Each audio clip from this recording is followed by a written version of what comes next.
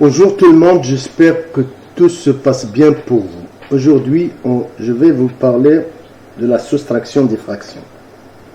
Qu'est-ce qu'une fraction?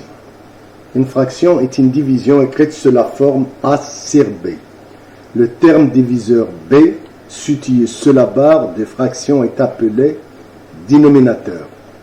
Il sert à dénommer les parts de la division. Le terme dividende A, situé au-dessus de la barre de la fraction, est appelé numérateur, sert à dénombrer les parts.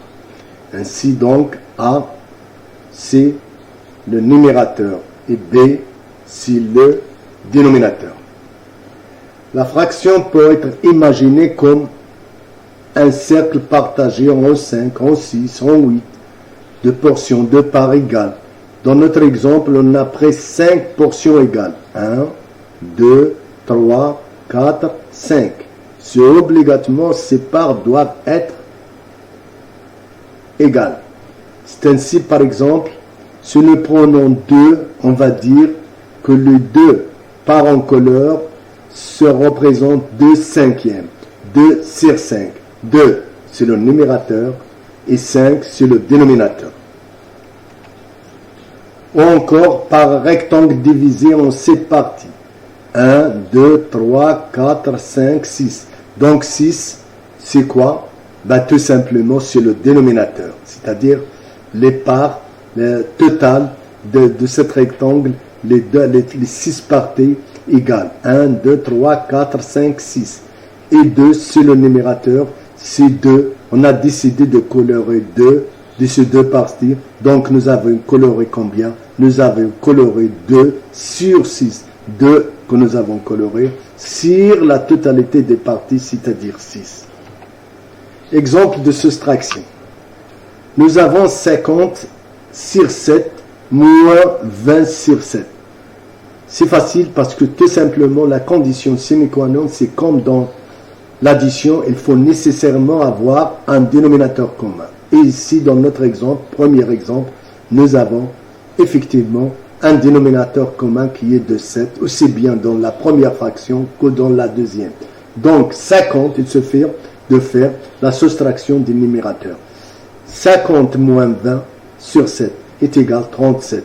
Donc le résultat est 37. On ne peut pas simplifier parce qu'il n'y a pas une possibilité d'avoir un diviseur commun entre 30 et 7. Deuxième exemple, 6 sur 5 moins 3 sur 10. Là, on a comme dénominateur dans la première fraction 5 et dans la deuxième 10. Donc, nous n'avons pas de dénominateur commun. Il faut nécessairement, pour faire la soustraction, comme dans l'addition d'ailleurs, d'avoir un dénominateur commun. Qu'est-ce qu'il faut faire? On remarque facilement que le 10, c'est le double de 5, c'est-à-dire 10, c'est un multiple de 5. Donc, qu'est-ce qu'il faut faire? Il faut seulement multiplier le 5 par 2, de manière à avoir 10 comme dénominateur. Et comme on a multiplié le dénominateur par 2, on doit obligatoirement, pour garder cet équilibre, l'égalité, multiplier aussi 6 par 2. Donc, on se trouve avec 6 fois 2 sur 5 fois 2, moins 3 sur 10, c'est-à-dire la même fraction. Donc, on se trouve avec 12 sur 10, moins 3 sur 10, puis on va faire la soustraction des numérateurs, c'est-à-dire 12 moins 3 égale 9 sur 10. On ne peut pas simplifier cette fraction parce qu'il n'y a pas de diviseur commun entre 9 et 10. Troisième exemple, 8 moins 1 demi. Qu'est-ce qu'on va faire? Il y a le seul possibilité, il n'y a pas, celui-là c'est un nombre entier, donc c'est pas fractionnaire. Donc 8 sur 1, 8 sur 1 égale 8. Donc 8 sur 1 moins 1 demi. On multiplie le 1 par 2 de manière à avoir le dénominateur commun 2. Et puis on multiplie 8 par 2 aussi, parce que comme on a multiplié le dénominateur par 2, on doit multiplier obligatoirement le numérateur par 2 aussi.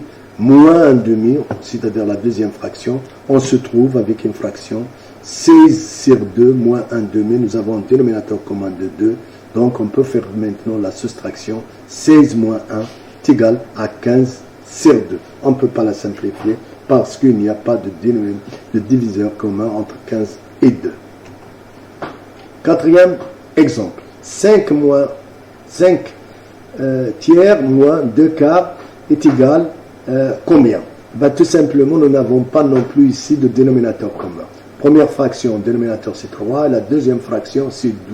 Donc on va essayer de trouver un multiple commun le plus proche possible, et le plus proche c'est 12. Donc on va multiplier 3 par 4 et 4 par 3, mais comme on a multiplié 3 par 4, c'est-à-dire le dénominateur de la deuxième fraction, on va le multiplier aussi son numérateur de façon à garder l'équilibre, l'égalité avec la fraction qu'on va créer. Donc 5 fois 4 sur 3 fois 4 moins 2 multiplié par le dénominateur de la première fraction par 3 sur 4 multiplié par le dénominateur de la première fraction. Donc nous avons un dénominateur commun maintenant de 12. 5 fois 4 sur 3 fois 4 moins 2 fois 3 sur 4 fois 3 se revient à dire 20 sur 12 moins 6 sur 12. Nous avons maintenant un dénominateur commun envers de 12. Donc 20 moins 6 sur 12 est égal à 14 sur 12. Il suffit de simplifier le dénominateur et le numérateur par le même nombre ou le même chiffre. Donc on se trouve ici avec 14 divisé par 2 égale 7 et 12 divisé aussi par 2 égale 6.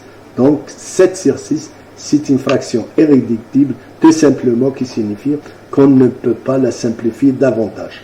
Le cinquième exemple, 5 sur 6 moins 7 sur 4. C'est la même chose, nous avons comme dénominateur commun 6 et dans la deuxième fraction 4.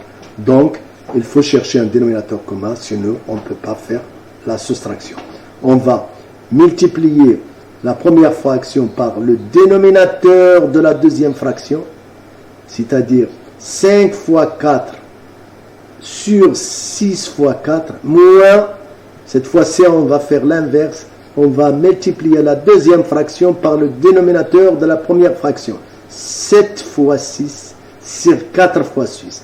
On se trouvera avec les résultats suivants. 5 fois 4 sur 6 fois 4, moins 7 fois 6 sur 4 fois 6, ce qui revient à dire 20, à obtenir 20 sur 24, moins 42 sur 24. Nous avons un dénominateur commun maintenant de 24. Donc on peut faire la soustraction entre 20 et 42.